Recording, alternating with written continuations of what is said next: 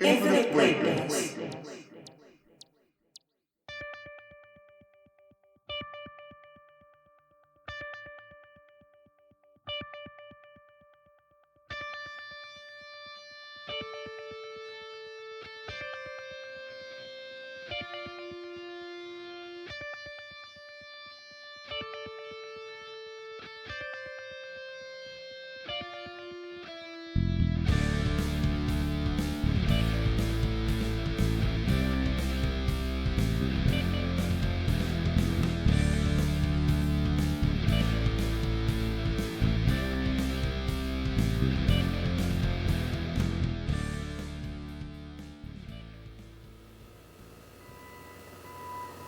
Jonas, you okay there? What? I asked if you were okay. Oh, yeah. Peachy. Why? Because you were asleep, Jonas. Or was I? You were. Or was I?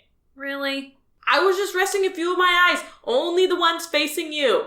Jonas, I had to set up a mirror on the other side of you because you kept using that excuse. They were all closed. Are you feeling well rested now? Yeah. Ship shape. Hopefully better shape than this ship.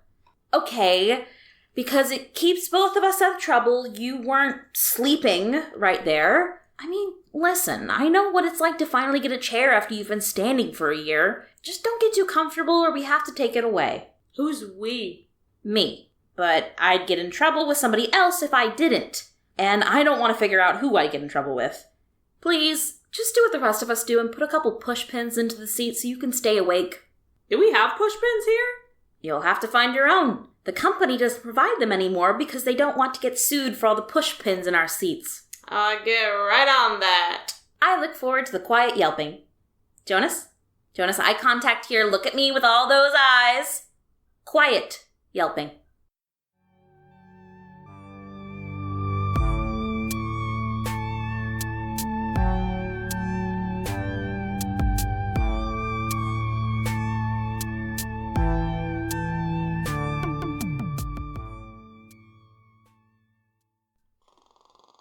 Jonas? Jonas? Really?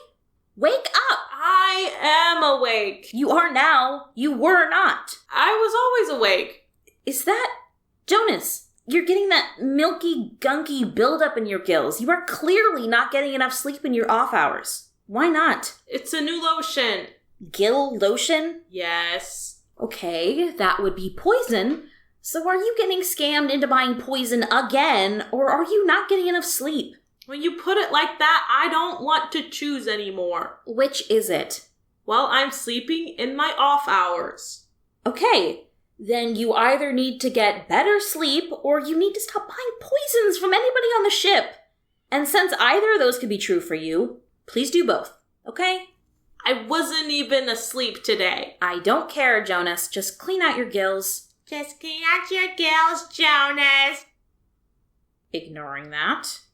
And if I find that milky gunk on any of my special pens again, I will sacrifice all of my push pins to keep your eye permanently open. All of my eyes? 40 push pins, 1 eye.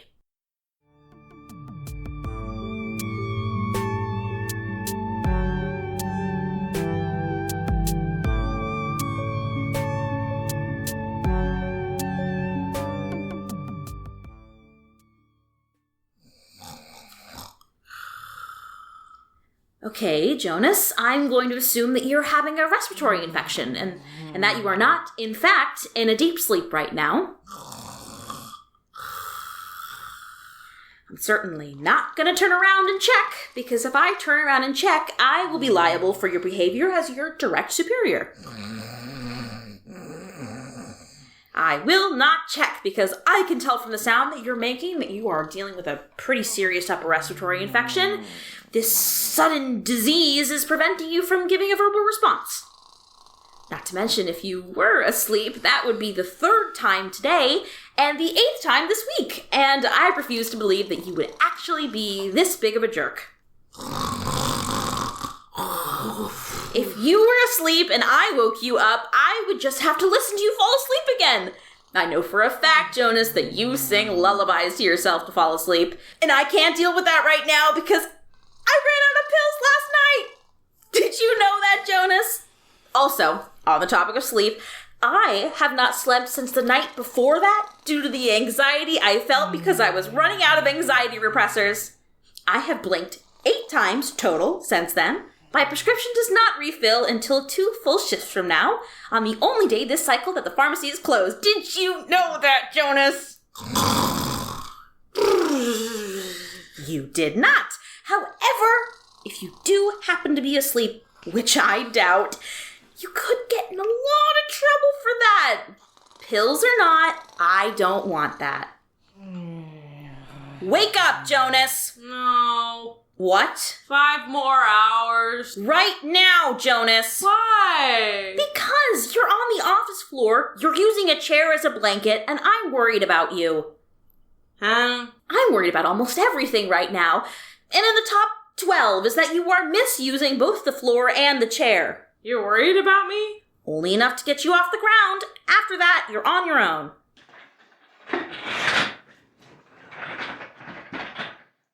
You don't have to worry about me.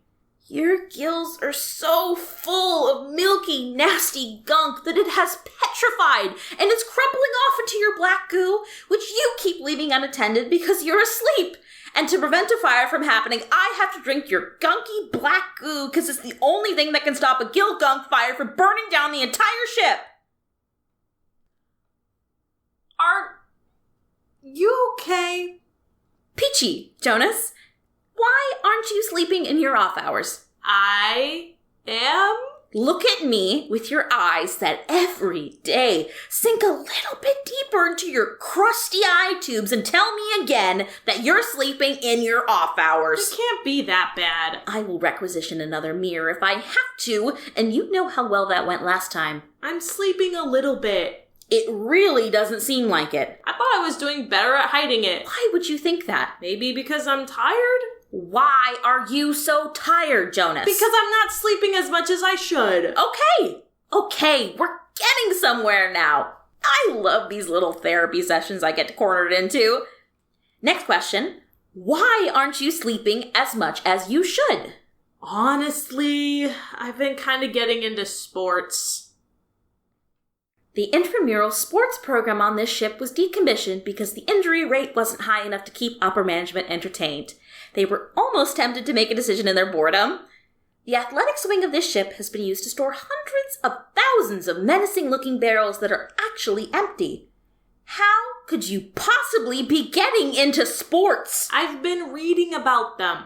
You've been indirectly forcing me to glug down gill gunk black goo because you've been reading about sports? Yeah, sort of. Great.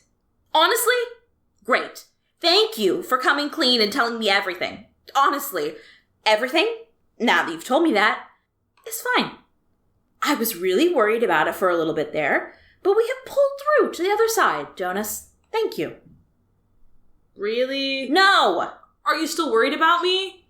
This is stupid. So we're done worrying about me? No. Like I said, I'm worried about everything right now. One of the categories of all these worries is you, and in that category I have so many new worries, all of them less pressing, but they add up. I understand, but what if I tell you that they're good stories? I don't really see how that makes a difference. I've been getting them from the EBI folder. No. Yeah. Have you been sneaking EBI stories out of this office? No. Technically, no. Technically, no. How technically? Bethany, I just woke up. Can't this wait just a little bit? I haven't even had a cup of black goo. That's okay. maybe even good. How did you technically not sneak stories out of the office? Well, technically. Uh-huh. Now you keep talking. That's how this works. Technically, it's not stories. Just data, then. Sure? That's not convincing. What would be convincing? The truth. The truth is actually better than what you think it is. Is it? I am so excited to hear this truth. Technically, it's only one story. One story? Yeah, it's not like there's a dozen missing from the folder. We've been behind for weeks because of one story? It's a pretty good story. Go get that story and bring it back here. Oh, I don't need to do that. For the sake of your health, your job, and my health and my job, not to mention the general cleanliness of this office at large, go get that story, Jonas. I don't have to. I have it on me. Weird. Convenient, but weird. I don't go anywhere without it in case I'll have a little time to look at it again. Give it to me. Are you going to destroy it? Probably not. I'm just really frustrated, and there's a lot going on in my life right now. I'm just gonna hide it for both of our sakes, to keep us both out of trouble. I'm pretty sure I know all your hiding spots. Here you go. Jonas? Please don't destroy it. I like this one a lot. I forgive you. Oh. Why? Because I've done this job for way too long, and I have never found anything as cool as the infinite blade dance!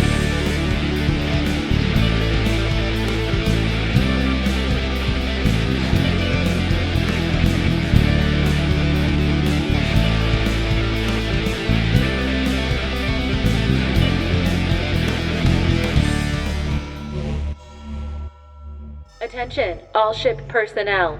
Benji, an intern-level member of the Regrown Organics Department, has been going to other departments to claim that they are responsible for the invention of wet powder. They are not. Dorothy, the Resources General of the Regrown Organics Department, would like us to remind you that they invented adding liquids to powders to create wet powders. If you see Benji, please report their location to any individual who is cleared by the Department of Disappearances. Any level of clearance will do. Happiness is productivity.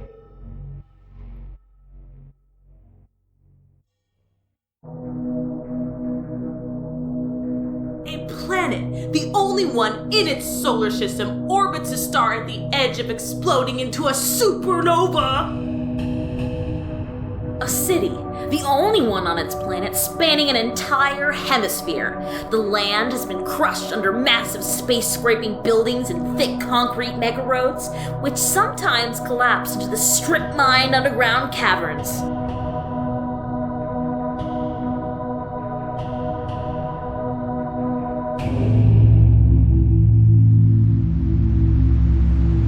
All water sources are hidden beneath a lattice of mega bridges and hyper dams.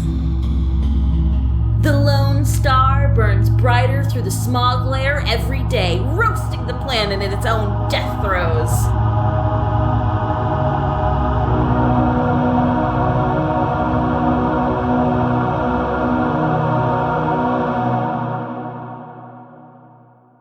And on the other side of the planet, One warrior. one sword. One job. Kill everyone!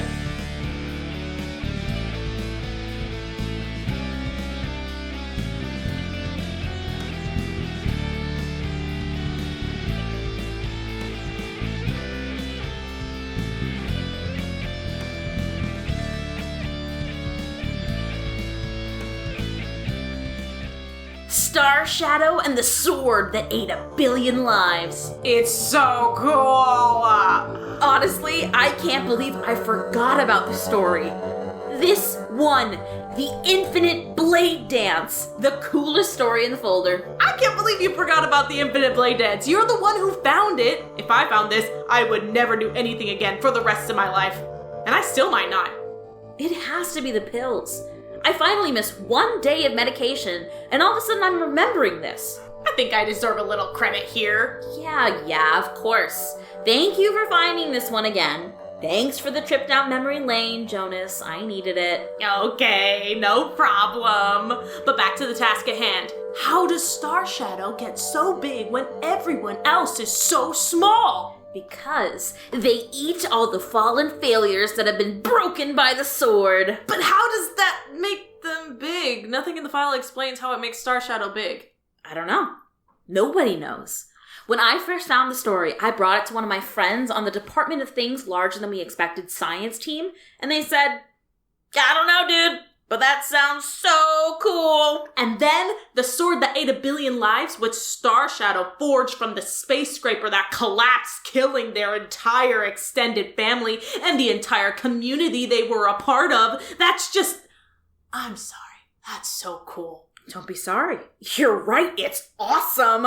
It's unbelievable. This nameless nobody in a crater decorated with the memories of a neighborhood the rest of the world was already working to forget just started hammering at the collapsed building.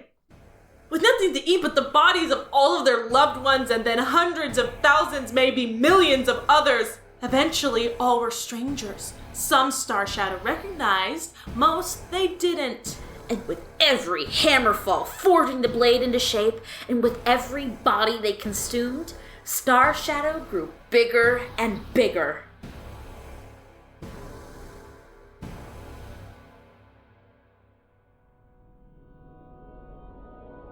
Until finally, it was Star Shadow and this nameless sword towering over all these buildings in this massive city planet.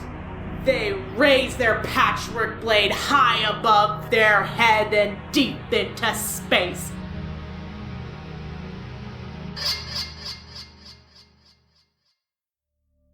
They bring it down, pulling asteroids from the darkness of space itself and displacing the very moon from its orbit.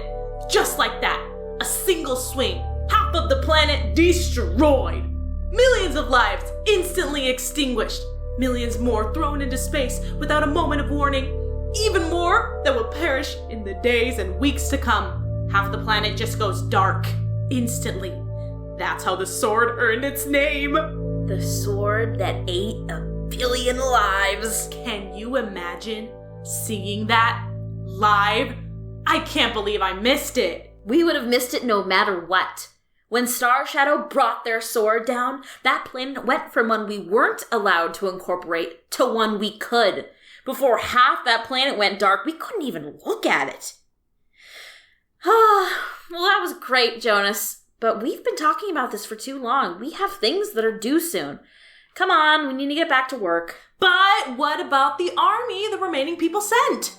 Star Shadow smote all of them like it was nothing. It took a year to raise another one. Which Star Shadow smote again. And another year and another army, smaller this time. Even easier to smite. Another year. A few battalions. Smote. Another year and a few squads. Smoted even harder. Another year. Some volunteers. A food stand to celebrate the volunteers as they went off to face Star Shadow. Somehow, the few volunteers lasted longer than the armies, except for the ones who tripped and smote themselves on their sword. Because it took Star Shadow longer to notice the rest of them. And then every year after that, half the world began to celebrate the handful of volunteers sent to face Star Shadow and the sword that ate 1 billion lives. Every year, all the volunteers died. And then there weren't any more volunteers. There were professionals. Trained from birth to be the hero that would take down Star Shadow. Trained to be 1 out of 10 sent to the Scorched Lands every year to finally avenge the consumed and stop Star Shadow from dragging the sun down to the planet and ending all life forever. But the real fun is the festivals. The food. The parades. The dances. Celebrations of all kinds leading up to the Infinite Blade Dance. And then the dancers march off to die to a sword so large it pulls meteors from the sky. To be killed by a being everyone believes will bring the apocalypse. All in a vain attempt to stop the infinite sword from reaching the final step in its dance.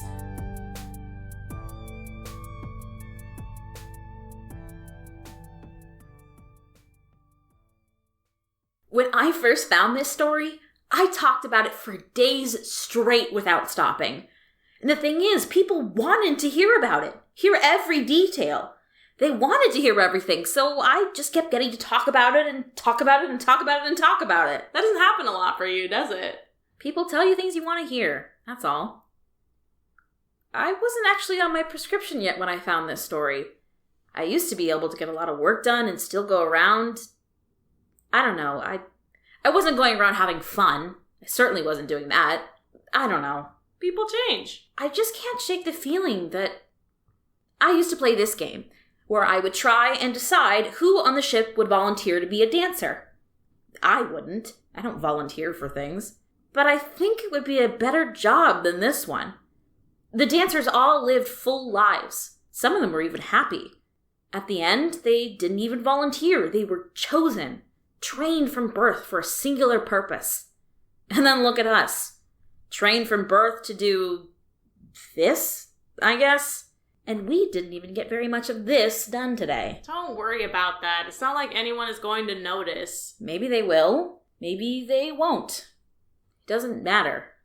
Then can we call it a day? It doesn't matter because I won't be able to leave this office till I get everything done. Otherwise, I won't be able to sleep, and I just ooze onto my sheets until I finally just have to get up and come back here in my off hours and finish everything, so either way, I end up here. I'd rather save the steps. I wish I could call it a day, but I don't want to end up with gunk in my gills. This can wait till tomorrow. It can. I can't. It's really not a big deal. This is just how it is. I just can't help but wonder what it would be like to have a job like the dancers. Bethany, the dancers were on the same basic cocktail of extremely experimental chemicals that our company eventually required for membership in the Intramural Sports League in an attempt to spice things up. That's different. Those are fun chemicals. I have to take boring cocktails to function like I was able to function just a few decades ago. They just make up for all my personal failings. I don't think that's true. I think this job sucks. Sure. Do you want to hang on to this one? I don't want to keep it from you. Just put it where it goes in the folder. You refound it. You put it back. No, I insist. You can put it back. Come on, Jonas. It's one of your favorites. You found it first. You should have the honor. You brought it back into my life. You can put it back. Yes, but... Plus, I have all these forms to make up. Okay, But what? I can't actually remember where in the folder it's supposed to go. What? I pulled it out weeks ago, so... Well, I put it in many cycles ago. Please, just put it back! You need to figure out how the organization system works. You put it back. Yeah, organization system. Sure. It's organized. You don't remember where it goes either. I don't. Okay, so let's just put it somewhere. No, I'll figure it out. Just put it on the bottom of my pile. Thank you. And I guess, give me the fun ones from the pile so we can both go home.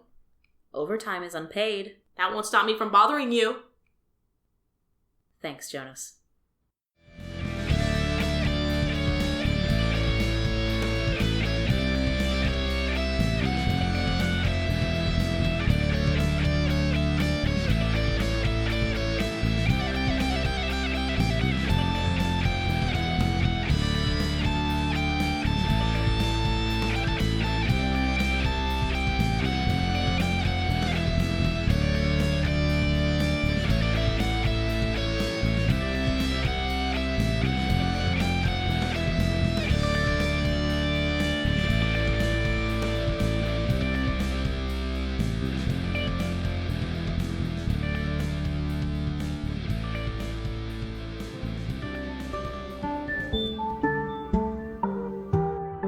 Inc. is written, produced, and edited by Monte D, Monteleagre and Alexander Wolfe. Hi, my name is Allyson Levine, and I voice the character of Bethany. Hello, Hello, my name is Raimy O. Washington, and I voice the character of Jonas. Hello, my name's Ellis MacMillan. And I voice the Robo-Archivist. Hi, my name is Joe Hansen, and in this episode I created the Dance of the Blade episode motif. And I'm Leah Cardenas. I read the ship announcements as well as the credits. Find us online at inkthepodcast.buzzsprout.com for links to all our social media, or connect with us directly at inkthepodcast. That's at INC the podcast. All lowercase, all one word, all the time. As a fledgling show attempting to lift off, we're not above asking you for a little help in spreading the word.